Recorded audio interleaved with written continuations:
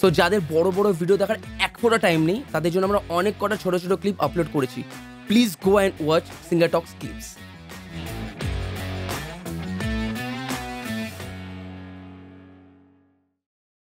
মোহনবাগান এত বড় club India, ঠিক আছে, লাইক ন্যাশনাল ক্লাব, সব ট্রফি জিতেছে মোহনবাগান, বাট এএফসি এখনো কেন জিততে পারিনি?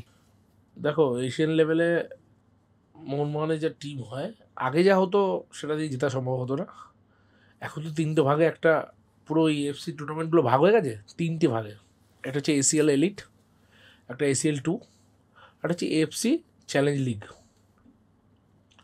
যাতে লাস্টেরটা যেটা বললাম ওটা ইস্টবেঙ্গল খেলছে এবছর। আচ্ছা, এবছর থেকেই প্রথম শুরু হয়েছে ওটা। এসিএল 2 এবছর থেকে প্রথম শুরু হয়েছে। আচ্ছা, মানে এফসি কাপ আগের বার লাস্ট অব্দি ছিল, সেটাকে ভেঙে এখন দুটো কাপ হয়ে গেছে।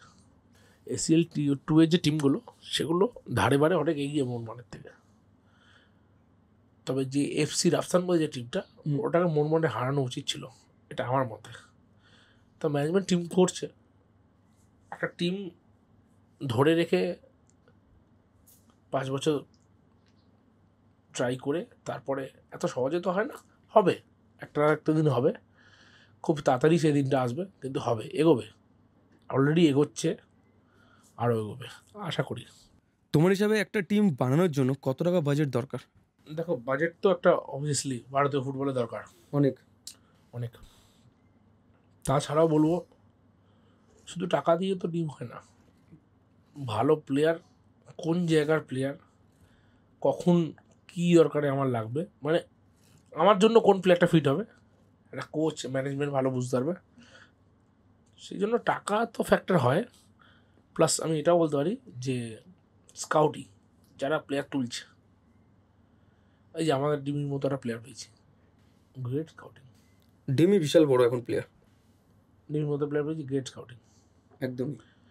এর মধ্যে ফ্লপ প্লেয়ারও এসছে, তো অনেক অনেক এসছে, ব্যর্থতা আছে। রিসেন্টলি তুমি পাঞ্জাব এফসি দেখবে, ভিডাল বলে একটা প্লেয়ার আছে, দারুণ স্কাউটিং।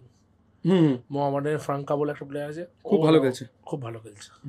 এই স্কাউটিংগুলো যারা করছে, ম্যানেজমেন্ট দেখছে, ম্যানেজমেন্টই স্কাউটিংগুলো করে, সেখান থেকে দেখতে হবে যে কোন প্লেয়ারটা আমার এফসি লেভেলে সাফল্য দেবে, আমি কি টিম করলে হবে সেটার উপরে। মানে খুব তাড়াতাড়ি আমরা দেখতে পাচ্ছি ফিউচারে যে মোহনবাগান জিতবে। দেখো, আমি অ্যাজ আ মোহনবাগান ফ্যান অবশ্যই চাইবো জিতবে, কিন্তু এটা খুব টাফ। এসিএল লেভেলে তুমি বুঝতে পারছো, এসিএল এলিটে খেলে কারা? Al Nassr, top top Al Hilal, একদম নেইমার টিম, রোনাল্ডোর টিম, একদম।